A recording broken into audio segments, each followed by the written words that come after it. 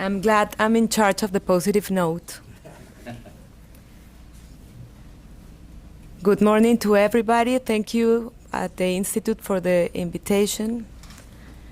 Good morning, Mr. President Pastrana, Mr. Vice President Francisco Santo. I'm deeply honored to represent the voice of thousands of Colombian citizens and business leaders who have witnessed and helped shape one of the most remarkable transformations in the history of Latin America.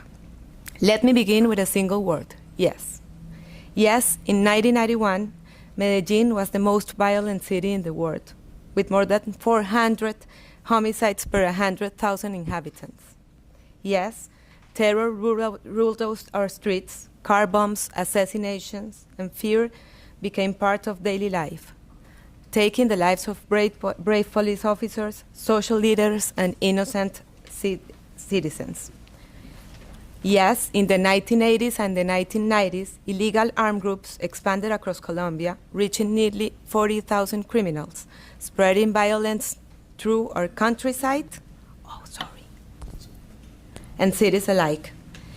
And yet, Medellin refused to die.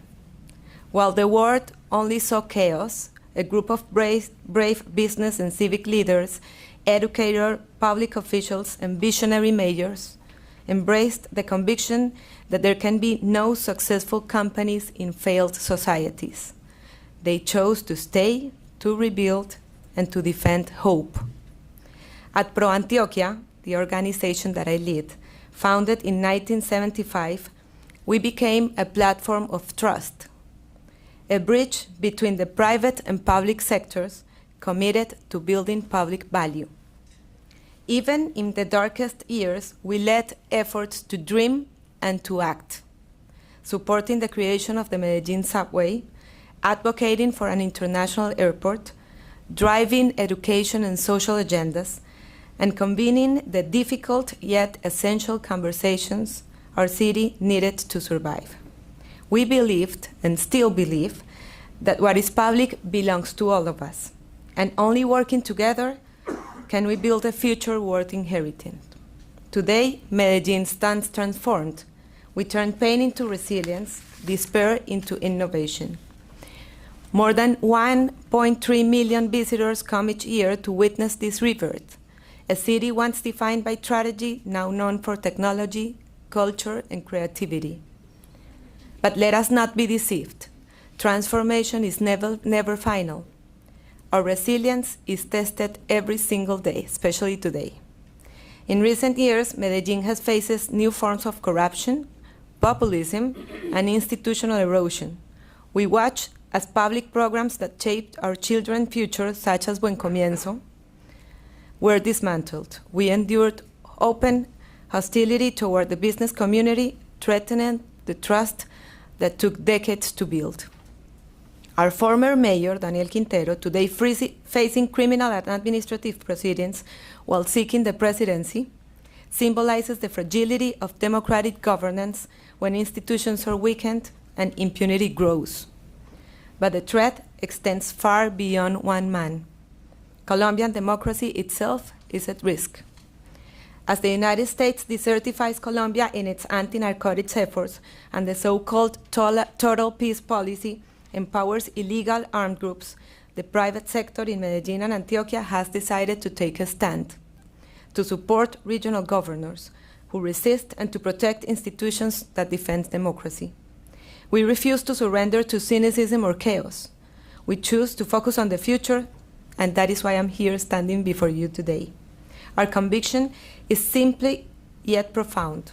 Take care of the present to safeguard the future. Through Pro Antioquia, we are leading projects that transform regions and renew hope. The airport region, connecting Medellin to global markets, sustainable tourism strategies celebrating culture while protecting nature, the transformation of Urabá on Colombia's northern coast into the nation's next agro-industrial and port hub. These are not just development initiatives, these are acts of resistance against despair, because we know that the future will only flourish if institutions remain strong, the rule of law is protected, and citizens reclaim trust in democracy. The story of Medellin teaches us that transformation is possible, but only through collective courage and unwavering collaboration. We cannot let fatigue or fear erode what we have built. Our fight is not against a city's past, but for a nation's future. So allow me to end as I began, with yes. Yes, we face the growing threat of transnational organized crime. Yes, populist leaders across the region challenge the foundation of democracy.